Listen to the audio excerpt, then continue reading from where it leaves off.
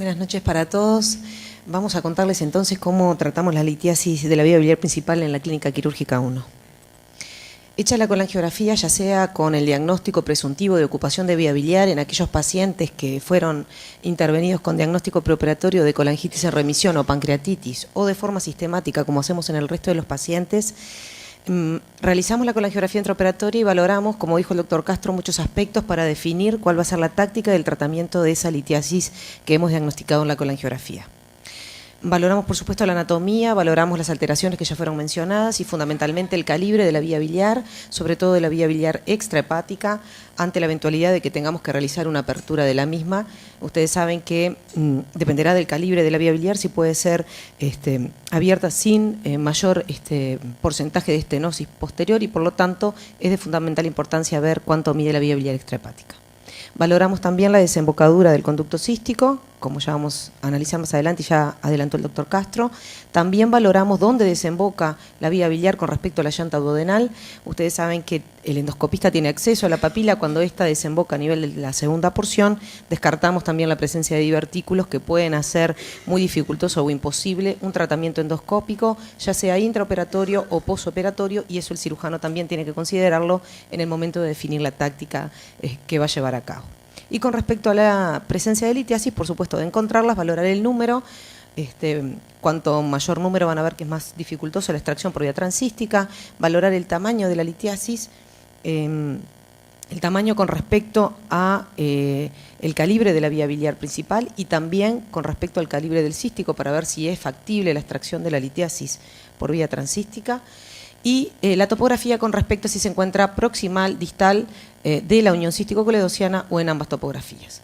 Considerando todos estos elementos, el cirujano definirá cuál va a ser la manera de extracción de esta litiasis y nosotros, en la mayoría de los casos van a ver, tratamos de resolver esta litiasis por vía transística. Para resolverlo por vía transística de forma sencilla, tendríamos que tener esta situación ideal. Un cístico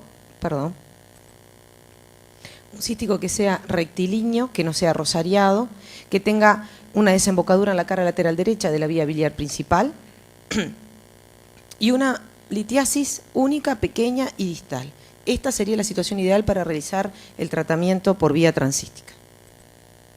Nosotros, cuando realizamos la extracción por vía transística, utilizamos la canastilla de Dormia, que ustedes todos conocen.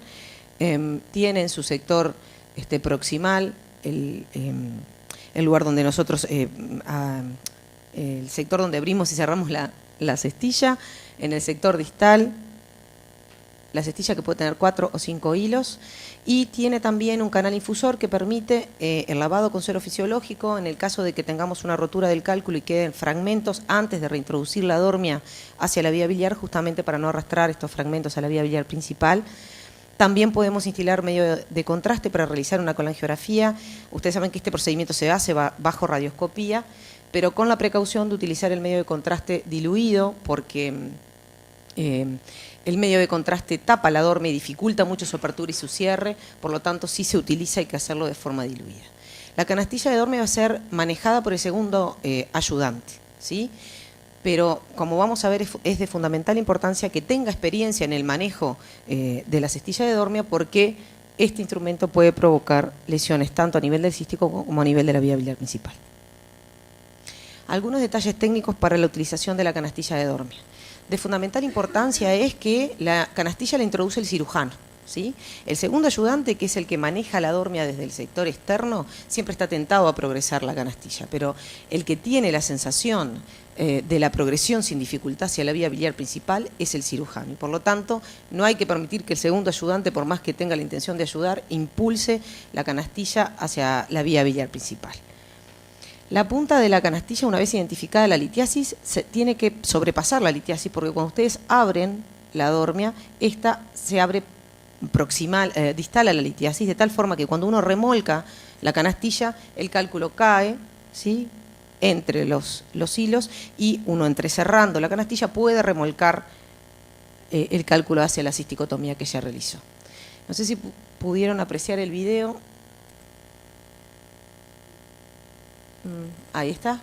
Cuando tenemos múltiples litiasis, ¿sí?, y sobre todo si son pequeñas, nosotros lo que intentamos para evitar fundamentalmente la migración hacia el sector proximal es comprimir de forma suave, con instrumentos romos por supuesto, el sector del hepático para que los cálculos migren hacia la cisticotomía y no hacia la vía biliar principal intrahepática, que van a dificultar mucho el procedimiento de la extracción por esta vía. La maniobra se repetirá de acuerdo al número de litiasis que se encuentran en la vía biliar principal y por eso es de fundamental importancia en la primera imagen ver cuántos cálculos tenemos. Por supuesto, igualmente siempre vamos a hacer una colangio de salida que evidencie que la vía biliar esté libre y expedita. ¿Cuáles son las dificultades técnicas para la realización por vía transística con este instrumento? Algunas vinculadas a la litiasis, ¿no? En cuanto mayor número de litiasis, más dificultoso el procedimiento. En la topografía de la litiasis, es muy dificultoso realizarlo cuando las litiasis están a nivel intrahepático y otras que están relacionadas al conducto cístico. La presencia de un cístico arrosariado, variaciones anatómicas que hagan muy dificultoso o imposible la extracción por esta vía y luego de resuelta la litiasis podemos tener dificultades en el cierre seguro de un cístico que sea de gran calibre o que haya quedado muy dilatado.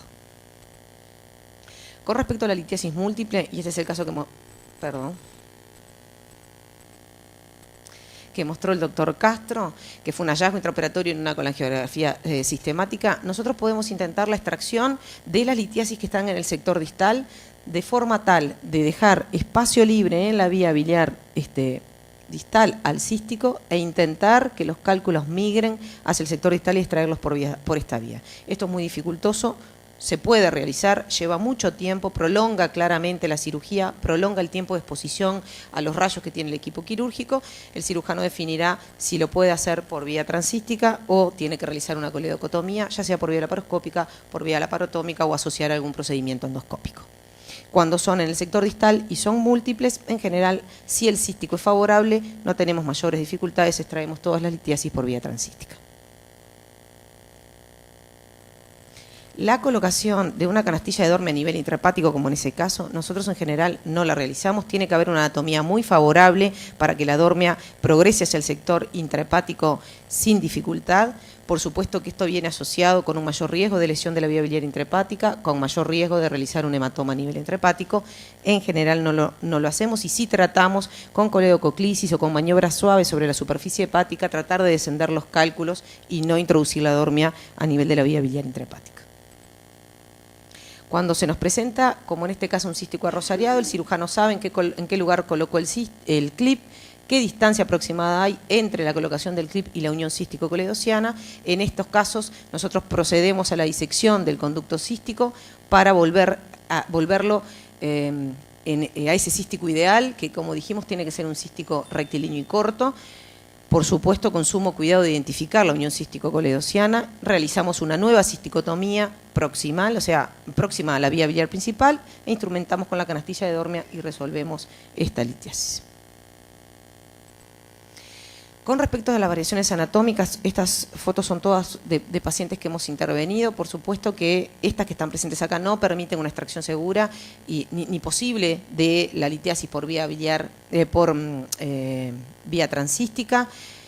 La desembocadura muy baja y la desembocadura sobre todo a izquierda, la desembocadura en el hepático derecho o en un lateral que sale del hepático común. En estos casos nosotros no instrumentamos la vía biliar por vía transística. Resuelta la litiasis, el otro problema que podemos tener es cómo cerramos un cístico que tiene un gran calibre. En nuestro servicio utilizamos en general clip de 400. Tenemos para eso que contar con el material, por supuesto, una clipadora de ese calibre, tener un trocar de 12 milímetros que nos permita una buena realización de la maniobra sin dificultad. Contamos también con Hemolock. Ustedes saben que los Hemolock son muy seguros, pero son difíciles de remover una vez colocados y por lo tanto, una vez decidida su colocación, tiene que ser la última maniobra que vayamos a hacer a ese nivel. Otros elementos que se pueden utilizar son los endoloop, las máquinas de sutura. En nuestro servicio nosotros no utilizamos. Este paciente es un paciente que teníamos un diagnóstico preoperatorio de una litiasis única de gran tamaño en la vía biliar principal. No realizamos una colangioendoscópica retrógrada preoperatoria, como ya les mencionamos, e intentamos realizar la extracción por vía transística. Pero claramente el diámetro de ese cálculo era mayor al del conducto cístico.